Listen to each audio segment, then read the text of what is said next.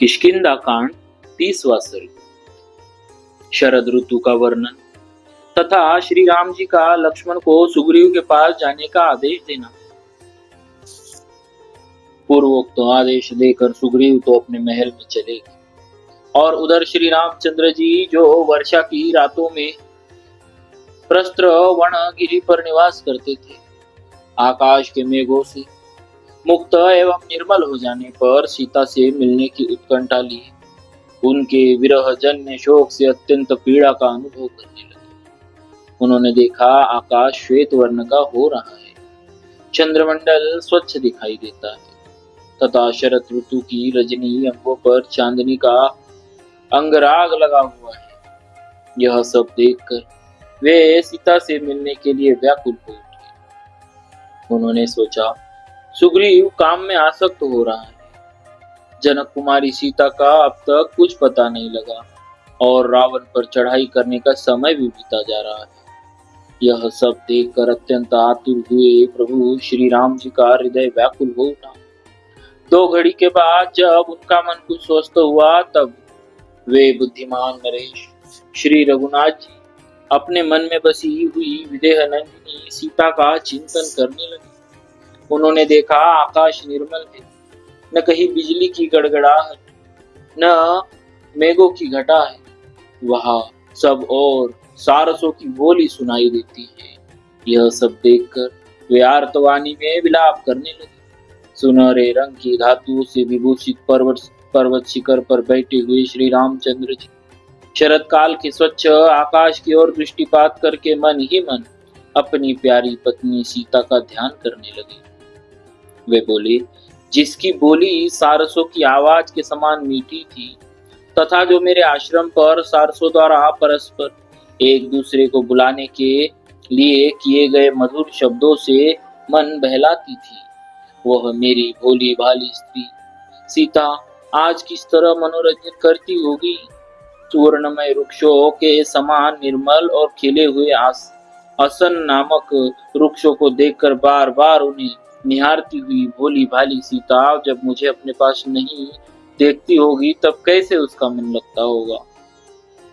जिसके सभी अंग मनोहर है तथा जो स्वभाव से ही मधुर भाषण करने वाली है, वह सीता पहले कलहंसों के मधुर शब्दों से जागा करती थी, किंतु आज वह मेरी प्रिया वहां कैसे प्रसन्न रहती होगी। जिसके विशाल नेत्र प्रफुल्ल कमल दल के समान शोभा पाते हैं, वह मेरी प्रिया जब साथ विचरने वाले चकवों की बोली सुनती होगी तब उसकी दशा कैसी हो जाती होगी। हाय, मैं नदी तालाब बावली कानन और वन सब जगह घूमता हूँ, परंतु कहीं भी उस मृग शावक नयनी सीता के बिना अब मुझे सुख नहीं मिलता है।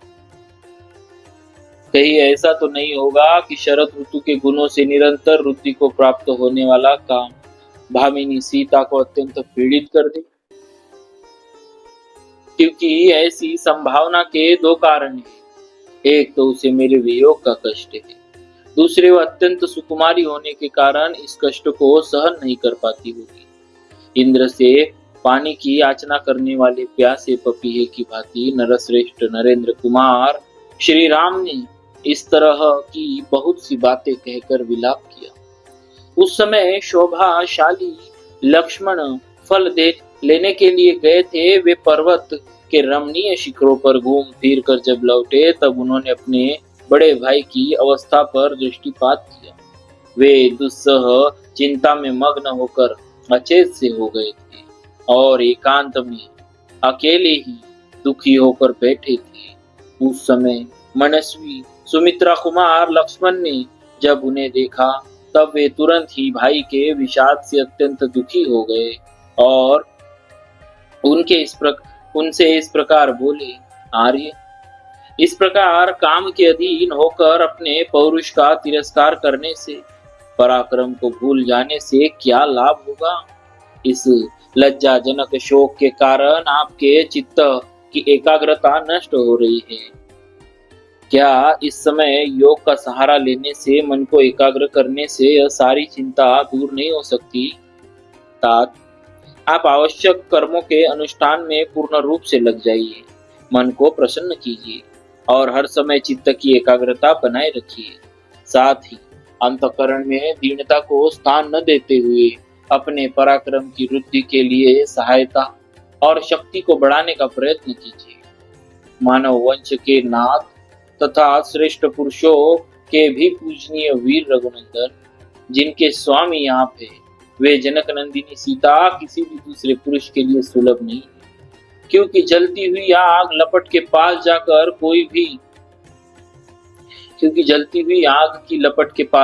कोई भी दग्ध हुए बिना नहीं रह सकता।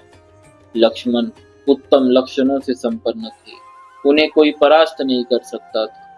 भगवान श्री राम ने उनसे यह स्वाभाविक बात कही, सुकुमार, तुमने जो बात कही है वह वर्तमान समय में हितकर, भविष्य में भी सुख पहुंचाने वाली, राजनीति के सर्वथा अनुकूल तथा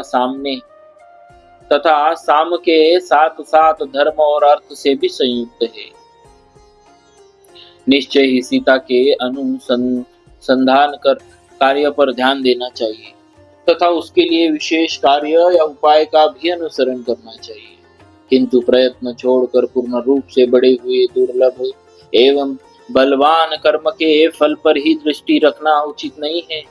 तदनंतर प्रफुल्ल कमल दल के समान नेत्र वाली मिथिलेश कुमारी सीता का बार बार चिंतन करते हुए श्री रामचंद्र जी लक्ष्मण को संबोधित करके सूखे हुए उदास मुंह से बोले, सुमित्रानंदन, सहस्त्र नेत्रधारी इंद्र इस पृथ्वी को जलते जल से तृप्त करके यहाँ के अनाजों को पकाकर अब कृतकृत्य हो गए।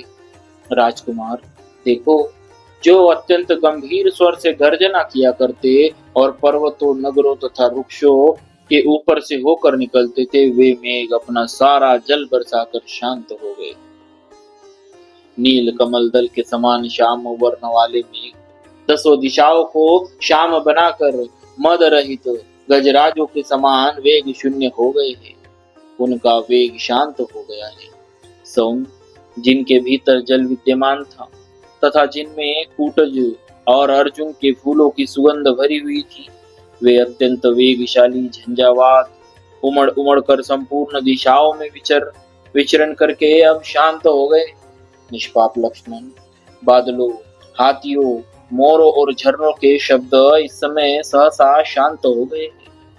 महान मेघ द्वारा बरसाए हुए जल से धूल जाने के कारण ये विचित्र शिखरों वाले पर्वत अत्यंत निर्मल हो गए। इन्हें देखकर ऐसा जान पड़ता है मानो चंद्रमा की किरणों द्वारा इनके ऊपर सफेदी कर दी गई है। आज शरद ऋतु सप्तच्छद चितवन की डालियों में सूर्य, चंद्रमा और तारों की प्रभा में तथा श्रेष्ठ गजराजों की लीलाओं में अपनी शोभा बांट कर आई है। इस समय शरद काल के गुणों से संपन्न हुई लक्ष्मी यद्यपि अनेक आश्रयों में विभक्त होकर विचित्र शोभा धारण करती है, तथापि सूर्य की प्रथम किरणों से विकसित हुए कमल वनों में वे सबसे अधिक सुशोभित होती है। चितवन के फूलों की सुगंध धारण करने वाला शरद काल स्वभावतः वायु का अनुसरण कर रहा है। भ्रमरों के समूह उसके गुणगान कर रहे हैं।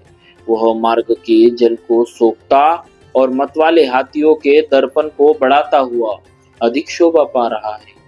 जिनके पंख सुंदर और विशाल है, जिन्हें काम क्रीड़ा अधिक प्रिय है, जिनके ऊपर कमलों के पराग बिखरे हुए हैं, जो बड़ी बड़ी नदियों के तटों पर उतरे हैं और मानसरोवर के साथ ही आए हैं, मानसरोवर से साथ ही आए हैं, उन चक्रवाकों के साथ हंस क्रीड़ा कर रहे हैं। मदमत्त गजराजों में, दर्प भरे ऋषभों के समूहों में तथा स्वच्छ जल वाली सरिताओं में नाना रूपों में विभक्त हुई लक्ष्मी विशेष शोभा पा रही है। आकाश को बादलों से शून्य हुआ देख वनों में पंखरूपी आभूषणों का परित्याग करने वाले मोर अपनी प्रियतमाओं से विरक्त हो गए हैं। उनकी शोभा नष्ट हो गई है और वे आनंद शून्य हो ध्यान मग्न होकर बैठे हैं। वन के भीतर बहुत से असन नामक वृक्ष खड़े हैं, जिनकी डालियों के अग्रभाग फूलों के अधिक भार से झुक गए हैं, उन उन पर मनोहर सुगंध छा रही है। वे सभी वृक्ष सुवर्ण के समान गौर तथा नेत्रों को आनंद प्रदान करने वाले हैं। उनके द्वारा वन प्रांत प्रकाशित से हो रहे हैं, जो अपनी प्रियतमाओं के साथ विचरते हैं, जिन्हें कमल के पुष्प तथा वन अधिक प्रिय है, जो चितवन के फूलों को सूंघकर उन्मत्त हो उठे, जिनमें अधिक मद है तथा जिन्हें मद जनित काम भोग की लालसा बनी हुई है। उन गजराजों की गति आज बंद हो गई है। इस समय आकाश का रंग शान पर चढ़े हुए शस्त्र की धार के समान स्वच्छ दिखाई देता है। नदियों के जल मंद गति से प्रवाहित हो रहे हैं। श्वेत कमल की सुगंध लेकर शीतल मंद वायु चल रही है। दिशाओं का अंधकार दूर हो गया है और अब उनमें पूर्ण प्रकाश छा रहा है। घाम लगने से धरती का कीचड़ सूख गया है। अब उस पर बहुत दिनों के बाद घनी धूल प्रकट हुई है। परस्पर वैर रखने वाले राजाओं के लिए युद्ध के निमित्त उद्योग करने का समय अब आ गया है। शरद ऋतु के गुणों ने जिनके रूप और शोभा को बढ़ा दिया है, जिनके सारे अंगों पर धूल छा रही है, जिनके मद की अधिक वृद्धि हुई है तथा जो युद्ध के लिए लुभाए हुए वे सांड इस समय गवों के बीच में खड़े होकर अत्यंत हर्षपूर्वक हैंकड़ रहे हैं, जिसमें काम भाव का उदय हुआ है, इसीलिए तो अत्यंत तीव्र अनुराग से युक्त है। इसलिए जो अत्यंत तीव्र अनुराग से युक्त है और अच्छे कुल में उत्पन्न हुई है, वह मंद गति से चलने वाली हथिनी वनों में जाते हुए अपने मदमत्त स्वामी को घेर कर उसका अनुगमन करती है। अपने आभूषण रूप श्रेष्ठ पंखों को त्याग कर नदियों के तटों पर आए हुए मोर मानो सारस समूह की फटकार सुनकर दुखी और खिन्न चित्त हो पीछे लौट जाते हैं, जिनके गंड स्थल से मद की धारा बह रही हो। वे गजराज अपनी महती गर्जना से कारंडों तथा चक्रवाकों को भयभीत करके विकसित कमलों से विभूषित सरोवरों में जल को हिलोर हिलोर कर पी रहे हैं, जिनके कीचड़ दूर हो गए हैं, जो बालुओं से सुशोभित है, जिनका जल बहुत ही स्वच्छ है, तथा गऊ के समुदाय जिनके जल का सेवन करते हैं। सारसों के कलरवों से गूंजती हुई उन सरिताओं में हंस बड़े हर्ष के साथ उतर रहे हैं। नदी में झरनों के जल, प्रचंड वायु, मोर और हर्ष रहित मेंढकों के शब्द निश्चय ही इस समय शांत हो गए। नूतन मेघों के उदित होने पर जो चिरकाल से बिलों में छिपे बैठे थे, जिनकी शरीर यात्रा नष्ट प्राय हो गई थी और इस प्रकार जो मृतवत हो रहे हैं, वे भयंकर विष वाले बहुरंगे सर्प भूख से पीड़ित होकर अब बिलों से बाहर निकल रहे हैं। शोभाशाली चंद्रमा की किरणों से स्पर्श होने वाले हर्ष के कारण जिसके तारे किंचित प्रकाशित हो रहे हैं, अथवा प्रियतम के कर स्पर्श जनित हर्ष से जिनके नेत्रों की पुतली किंचित खिल उठी है, वह राग युक्त संध्या अथवा अनुराग भरी नायिका स्वयं ही अंबर, आकाश अथवा वस्त्र का त्याग कर रही है। यह कैसे आश्चर्य की बात है। चांदनी की चादर ओढ़े हुए शरद काल की यह रात्रि श्वेत साड़ी से ढके हुए अंग वाली एक सुंदरी नारी के समान शोभा पाती है। उदित हुआ चंद्रमा ही उसका सौम्य मुख है और तारे ही उसकी खुली हुई मनोहर आंखें हैं। पके हुए धान की बालों को खाकर हर्ष से भरी हुई और तीव्र वेग से चलने वाली सारसों की वह सुंदर पंक्ति वायु कंपित गुथी हुई पुष्पमाला की भांति आकाश में उड़ रही है। कुमुद के फूलों से भरा हुआ उस महान तालाब का जल, जिसमें एक हंस सोया हुआ है, ऐसा जान पड़ता है मानो रात के समय बादलों के आवरण से रहित आकाश सब और छटके हुए तारों से व्याप्त होकर पूर्ण चंद्रमा के साथ शोभा पा रहा हो। सब और बिखरे हुए हंस ही जिनकी फैली हुई मेखला करधनी है, जो खिले हुए कमलों और उत्पलों की मालाएं धारण करती है, उन उत्तम बावड़ियों की शोभा आज वस्त्राभूषणों से विभूषित हुई सुंदरी वनिताओं के समान हो रही है। वेणु के स्वर से वेणु के स्वर के रूप में व्यक्त हुए वाद्य घोष से मिश्रित और प्रातःकाल की वायु से रुद्धि को प्राप्त होकर सब ओर से फैला हुआ दही मथने के बड़े बड़े भांडों और सांडों का शब्द मानो एक दूसरे का पूरक हो रहा है। नदियों के तट मंद मंद वायु से कंपित पुष्प रूपी हास से सुशोभित और धुले हुए निर्मल रेशमी वस्त्रों के समान प्रकाशित होने वाले नूतन कानों से बड़ी शोभा पा रहे हैं।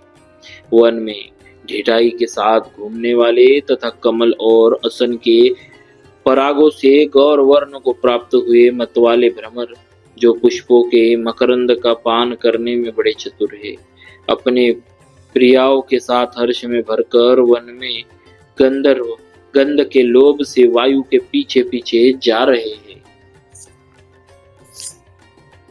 जल स्वच्छ हो गया है, धान की खेती पक गई है, वायु मंद गति से चलने लगी है और चंद्रमा अत्यंत निर्मल दिखाई देता है। ये सब लक्षण उस शरत काल के आगमन की सूचना देते हैं जिसमें वर्षा की समाप्ति हो जाती है, क्रौंच पक्षी बोलने लगते हैं और फूल उस ऋतु के हास की भांति खिल उठते हैं। प्रभु कहते हैं, रात को प्रियतम के उपभोग में आकर प्रातःकाल अलसाई गति से चलने वाली कामिनियों की भांति उन नदी स्वरूपा वधुओं की गति भी आज बंद हो गई है जो मछलियों की मेखला सी धारण किए हुए। नदियों के मुख नव वधुओं के मुंह के समान शोभा पाते हैं। उनमें जो चक्रवाक है वे गोरोचन द्वारा निमित्त तिलक के समान प्रतीत होते हैं। जो सेवार है वे वधु के मुख पर बनी हुई पत्रभंगी के समान जान पड़ते हैं तथा जो काश है वे ही मानो श्वेत दुकुल बनकर नदी रूपिणी वधु के मुंह को ढके हुए हैं। फूले हुए सरकंडों और असन के वृक्षों से जिनकी विचित्र शोभा हो रही है तथा जिनमें हर्ष भरे भ्रमरों की आवाज गूंजती रहती है, उन वनों में आज प्रचंड धनुर्धर कामदेव प्रकट हुआ है जो धनुष हाथ में लेकर विरही जनों को दंड देने के लिए उद्यत हो अत्यंत कोप का परिचय दे रहा है। अच्छी वर्षा से लोगों को संतुष्ट करके नदियों और तालाबों को पानी से भरकर तथा भूतल को परिपक्व धान की खेती से संपन्न करके बादल आकाश छोड़कर अदृश्य हो गए। शरद ऋतु की नदियां धीरे धीरे जल के हटने से अपने नग्न तटों को दिखा रही है, ठीक उसी तरह जैसे प्रथम समागम के समय लजीली युतियां शनय शनय अपने जघन स्थल को दिखाने के लिए विवश होती है। सौम्य सभी जलाशयों के जल स्वच्छ हो गए, वहां कूरर पक्षियों के कलनाद गूंज रहे और चक्रवाकों के समुदाय चारों ओर बिखरे हुए हैं। इस प्रकार उन जलाशयों की बड़ी शोभा हो रही। सौम्य राजकुमार जिनमें परस्पर वैर बंधा हुआ है और जो एक दूसरे को जीतने की इच्छा रखते हैं, उन भूपालों के लिए यह युद्ध के निमित्त उद्योग करने का समय उपस्थित हुआ है। नरेश नंदन, राजाओं की विजय यात्रा का यह प्रथम अवसर है, किंतु न तो मैं सुग्रीव को यहाँ उपस्थित देखता हूँ और न उनका कोई वैसा उद्योग ही दृष्टिगोचर होता है। पर्वत के शिखरों पर असन, चितवन, कोविदार, बंधुजीव तथा श्याम तमाल खिले दिखाई देते हैं। लक्ष्मण देखो तो सही, नदियों के तटों पर सब और हंस, सारस, चक्रवाक और कुरर नामक पक्षी फैले हुए। मैं सीता को न देखने के कारण शोक से संतप्त हो रहा। अतः ये वर्षा के 4 महीने मेरे लिए 100 वर्ष के समान बीते हैं। जैसे चकवी अपने स्वामी का अनुसरण करती है, उसी प्रकार कल्याणी सीता इस भयंकर एवं दुर्गम दंडकारण्य को उद्यान सा समझकर मेरे पीछे यहाँ तक चली आई थी। लक्ष्मण, मैं अपनी प्रियतमा से बिछड़ा हुआ हूँ। मेरा राज्य छीन लिया गया है और मैं देश से निकाल दिया गया हूँ। इस अवस्था में भी राजा सुग्रीव मुझ पर कृपा नहीं कर रहा है। सौम्य लक्ष्मण, मैं अनाथ हूँ, राज्य से भ्रष्ट हो गया हूँ। रावण ने मेरा तिरस्कार किया है, मैं दीन हूँ, मेरा घर यहाँ से बहुत दूर है। मैं कामना लेकर यहाँ आया हूँ तथा सुग्रीव यह भी समझता है कि राम मेरी शरण में आए हैं। इन्हीं इन्हीं सब कारणों से वानरों का राजा दुरात्मा सुग्रीव मेरा तिरस्कार कर रहा है, किंतु उसे पता नहीं कि मैं सदा शत्रुओं को संताप देने में समर्थ हूँ। उसने सीता की खोज के लिए समय निश्चित कर दिया था, किंतु उसका तो अब काम निकल गया है। इसीलिए वह दुर्बुद्धि वानर प्रतिज्ञा करके भी उसका कुछ ख्याल नहीं कर रहा है। अतः लक्ष्मण, तुम मेरी आज्ञा से किष्किंधापुरी में जाओ और विषय भोग में फंसे हुए मूर्ख वानरराज सुग्रीव से इस प्रकार कहो, जो बल पराक्रम से संपन्न तथा पहले ही उपकार करने वाले कार्यार्थी पुरुष को प्रतिज्ञा पूर्वक आशा देकर पीछे उसे तोड़ देता है, वह संसार के सभी पुरुषों में नीचे है। जो अपने मुख से प्रतिज्ञा के रूप में निकले हुए भले या बुरे सभी तरह के वचनों को अवश्य पालनीय समझकर सत्य की रक्षा के उद्देश्य से उसका पालन करता है, वह वीर समस्त पुरुषों में श्रेष्ठ माना जाता है। जो अपना स्वार्थ सिद्ध हो जाने पर जिनके कार्य नहीं पूरे हुए, उन मित्रों के सहायक नहीं होते, उनके कार्य को सिद्ध करने की चेष्टा नहीं करते, उन कृतज्ञ पुरुषों के मरने पर मांसाहारी जंतु भी उसका मांस नहीं खाते। सुग्रीव, निश्चय ही तुम युद्ध में मेरे द्वारा खींचे गए सोने की पीठ वाले धनुष का कौंधती हुई बिजली के समान रूप देखना चाहते हो। संग्राम में कुपित होकर मेरे द्वारा खींची गई प्रत्यंचा की भयंकर टंकार को, जो वज्र की गड़गड़ाहट को भी मात करने वाली है। अब फिर तुम्हें सुनने की इच्छा हो रही है। वीर राजकुमार, सुग्रीव को तुम जैसे सहायक के साथ रहने वाले मेरा पराक्रम का ज्ञान हो चुका है, ऐसी दशा में भी यदि उसे यह चिंता न हो कि ये वाली की भांति मुझे मार सकते हैं, तो यह आश्चर्य की बात है। शत्रु नगरी पर विजय पाने वाले लक्ष्मण, जिसके लिए यह मित्रता आदि का सारा आयोजन किया गया, सीता की खोज विषय उस प्रतिज्ञा को इस समय वानरराज सुग्रीव भूल गया है, उसे याद नहीं रह कर रहा है, क्योंकि उसका अपना काम सिद्ध हो चुका है। सुग्रीव ने यह प्रतिज्ञा की कि वर्षा का अंत होते ही सीता की खोज आरंभ कर दी जाएगी, किंतु वह क्रीड़ा विहार में इतना तन्मय हो गया है कि न बीते हुए 4 महीनों का उसे कुछ पता ही नहीं। सुग्रीव मंत्रियों तथा परिजनों सहित क्रीड़ा जनित आमोद प्रमोद में फंसकर विविध पेय पदार्थों का ही सेवन कर रहा है। हम लोग शोक से व्याकुल हो रहे हैं, तो भी वह हम पर दया नहीं करता है। महाबली वीर लक्ष्मण, तुम जाओ, सुग्रीव से बात करो, मेरे रोष का जो स्वरूप है वह उसे बताओ और मेरा यह संदेश भी कह सुनाओ। सुग्रीव, वाली मारा जाकर जिस रास्ते से गया है वह आज भी बंद नहीं हुआ है, इसीलिए तुम अपनी प्रतिज्ञा पर डटे रहो, वाली के मार्ग का अनुसरण न करो। वाली तो रण क्षेत्र में अकेला ही मेरे बाण से मारा गया था, परंतु यदि तुम सत्य से विचलित हुए तो मैं तुम्हें बंधु बांधवों सहित काल के गाल में डाल दूंगा। पुरुष प्रवर नरश्रेष्ठ लक्ष्मण, जब इस तरह कार्य बिगड़ने लगे, ऐसे अवसर पर और भी जो बातें कहनी उचित हो, जिनके कहने से अपना हित होगा, वे सब बातें कहना। जल्दी करो, क्योंकि कार्य आरंभ करने का समय बीता जा रहा है। सुग्रीव से कहो, वानरराज, तुम सनातन धर्म पर दृष्टि रखकर अपनी की हुई प्रतिज्ञा को सत्य कर दिखाओ, अन्यथा ऐसा न हो कि तुम्हें आज ही मेरे बाणों से प्रेत भाव को प्राप्त होकर यमलोक में वाली का दर्शन करना पड़े। मानव वंश की वृद्धि करने वाले उग्र तेजस्वी लक्ष्मण ने जब अपने बड़े भाई को दुखी, बड़े हुए तीव्र रोष से युक्त तथा अधिक बोलते देखा, तब वानरराज सुग्रीव के प्रति कठोर भाव धारण कर लिया। इस प्रकार श्री वाल्मीकि निर्मित आर्ष रामायण आदि काव्य के किष्किंधा कांड में 30वां सर्ग पूरा हुआ। बोलिए श्री सीता राम जी महाराज की जय। भक्तवत्सल भगवान